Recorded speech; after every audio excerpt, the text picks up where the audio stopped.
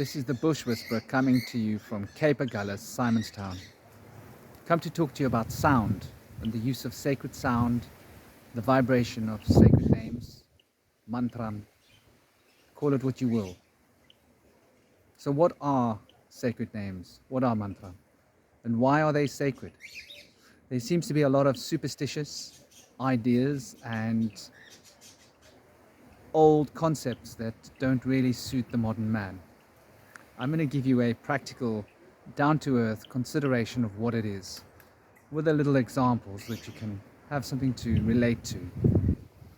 So when we speak about mantra, we consider sacred names such as the Aum.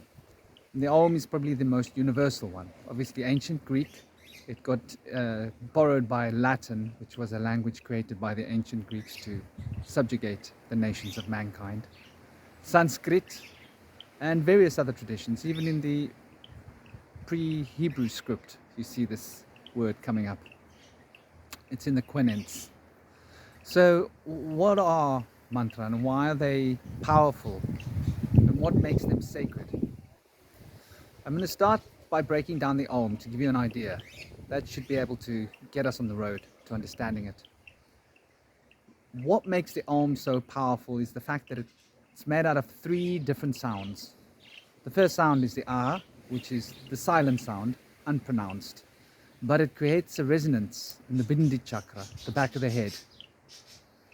Yeah, if you were to see a brahmacharya or the old school Brahmins of India, they have no hair on their heads, but they have hair protruding from that one point on their head that is a long pigtail, if you would. So that point is where the first aspect of the Aum finds its resonance. The second aspect of the resonance, as we know, is the Oo, which is a rising current touching the Sasra chakra, the top point of the head. And the third part of the Aum is the which is resonating behind the forehead. Obviously the pineal gland is being activated. So when we consider in its totality the Aum, we've got 3 parts. The first part silent, but starts with the resonation or resonance in the back of the head. And as we progress the sound, it creates a round sound which is actually 5 different sounds resonating, because there are semitones between the A, the O, and the which is why it's pronounced Aum. And it creates a movement of energy, Shakti if you will, resonance, vibration, that starts the back of the head and resonates, obviously resonating from the throat upwards. So the whole medulla oblongata gets stimulated for blood flow, stimulation of hormones, and it goes through the anterior and posterior pituitary glands and the pineal gland, resonating through all of these cavities in the brain, creating a resonance of vibrational massage, which actually stimulates all the glands to produce hormones. Hormones generate emotions, and emotions are what carry the current of thought through the CNS, the electrical impulses of the central nervous system. So we've got one syllable that's able to generate this vibrational field, starting at the back and rising from the neck up over the top of the head to rest between the eyes, at which point the resonance actually resonates down towards the heart, which is rather interesting. So there's a little consideration as to why the Aum is sacred. And if we consider the name from the Kabbalistic perspective, which the Jews like to call their own name, but the Tetragrammaton is a very, very old name, and it predates the Jewish tradition by many thousands of years. It goes right back to the doors of Chaldea, shall we say, the beginnings of language. And there we have 4 different consonants breaking up the vowels. But when it is pronounced, and one gets into a trance pronouncing it, one notices 5 vowels. And obviously the way that the Jewish people were taught to pronounce it is simply wrong. Sorry, but that's just how that is. If you look at the older forms of the pronunciation of that name, it's Yahweh. I, A, A, U, E. Yahweh. It's all 5 vowels. And these 5 vowels all resonate with different parts of the brain.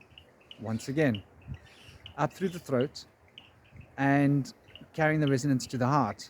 Once again, fundamentally connecting the head to the heart. So there are 2 names that will give you an idea of what we're talking about here. So these names are not superstitious gods being invoked. They're not some kind of a metaphor. These are actual resonant vibrational frequencies that come from a very ancient form of acoustic technology that was utilized by adepts so that they could change their state of consciousness at will using sound to stimulate the hormones and the electrical infrastructure of the body. That way realigning the brain and the heart to change the heart rate, to shift the consciousness moving through the brain and the heart in order to change the emotional state and essentially the state of mind. And unfortunately, as we forgot, as time moved forward, people started to become superstitious about these names. And so in India, we have all the superstitions, and from all the various cultures, we have the superstitions related to these god names. But as a true scientist, analyzing and utilizing these names repetitively, you start to discover certain things about them. And as you delve deeper into the mysteries, you will see that they are scientifically discovered by ancient cultures because of the vibratory frequencies that they contain and the way in which they vibrate through the human body, producing shifts in consciousness. So I hope this has been useful to you as a basic introduction to the vibratory names and why they are so important, why they are utilized by all the spiritual traditions, and what the true power inherent in these sacred names are that can shift our consciousness at will. This is the Bush Whisperer coming at you from Cape Agulhas. So much love. Keep it true, keep it real, keep it sweet. Om Shanti.